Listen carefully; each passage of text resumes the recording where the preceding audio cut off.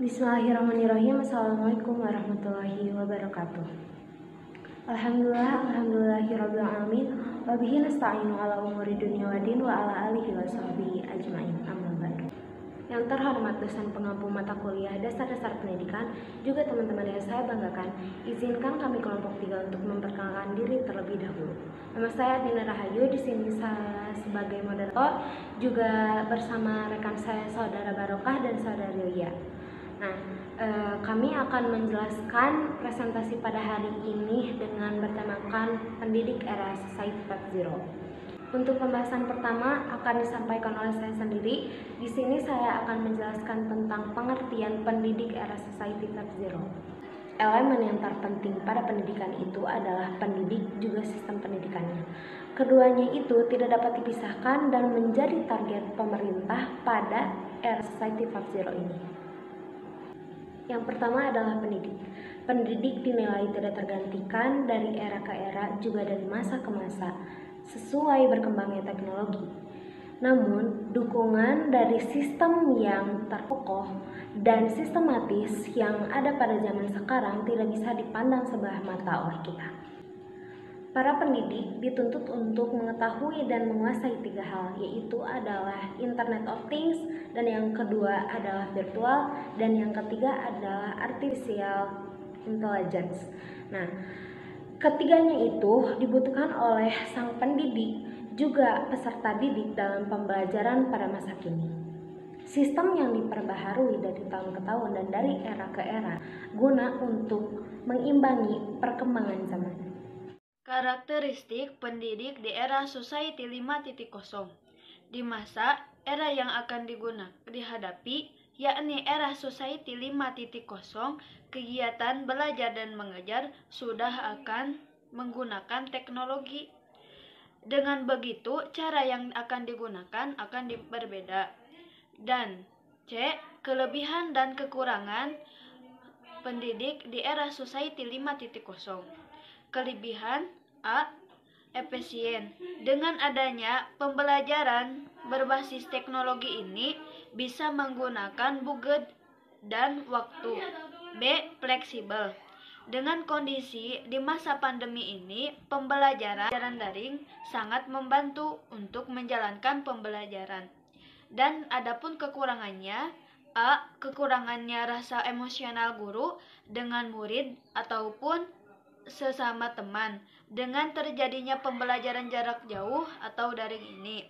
Yang menjadi peluang: yang pertama, lebih banyak kesempatan untuk mengakses informasi yang lebih luas.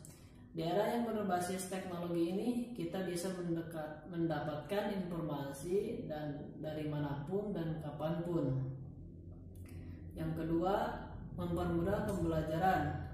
Di dalam situasi pandemi ini, orang serba terbatas dalam beraktivitas, termasuk kegiatan belajar dan mengajar. Namun, pemerintah mengeluarkan kebijakan baru yang telah kita rasakan saat ini. Pemerintah mengeluarkan kebijakan pembelajaran secara online atau yang disebut dengan daring. Tentunya tantangan. Yang menjadi tantangan yang pertama adalah penguasaan teknologi.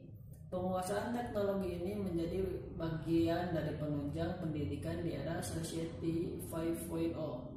Pendidik dituntut bisa untuk menggunakan teknologi guna mempermudah dalam melakukan pembelajaran di masa yang akan datang. Yang kedua, pemerataan jaringan internet. Sebagaimana yang kita ketahui, jaringan internet di Indonesia ini belum tersebar secara merata. Masih banyak daerah-daerah yang belum maksimal dalam penggunaan jaringan internet ini.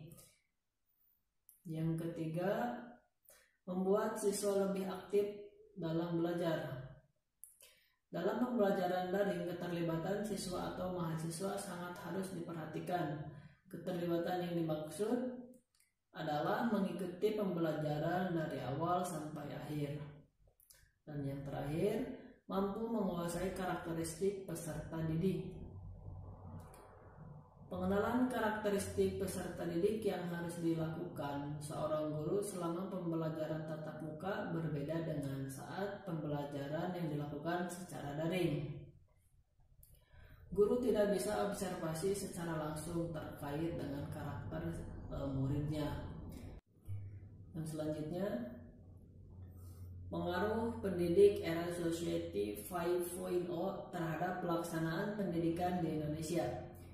Indonesia merupakan negara yang begitu luas dengan jumlah lebih dari 17.000 pulau. Dengan adanya pendidikan yang menggunakan internet ini akan sangat membantu dalam melebarluaskan pendidikan, bahkan ke pelosok-pelosok yang sebelumnya terbatas untuk mendapatkan pembelajaran.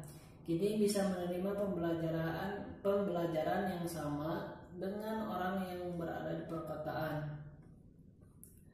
Mendapat kesempatan yang sama. Tidak heran ketika melihat orang-orang yang ada di perkotaan lebih maju dan berkembang dibandingkan dengan mereka yang ada di pelosok, karena yang di perkotaan memiliki banyak kesempatan dan sarana prasarana yang mendukung untuk mengeksplor kemampuannya agar lebih maju dan dapat bersaing dengan negara-negara lain yang sudah maju terlebih dahulu. Mungkin itu saja yang dapat saya sampaikan. Mohon maaf apabila masih banyak kesalahan. Wassalamualaikum warahmatullahi wabarakatuh.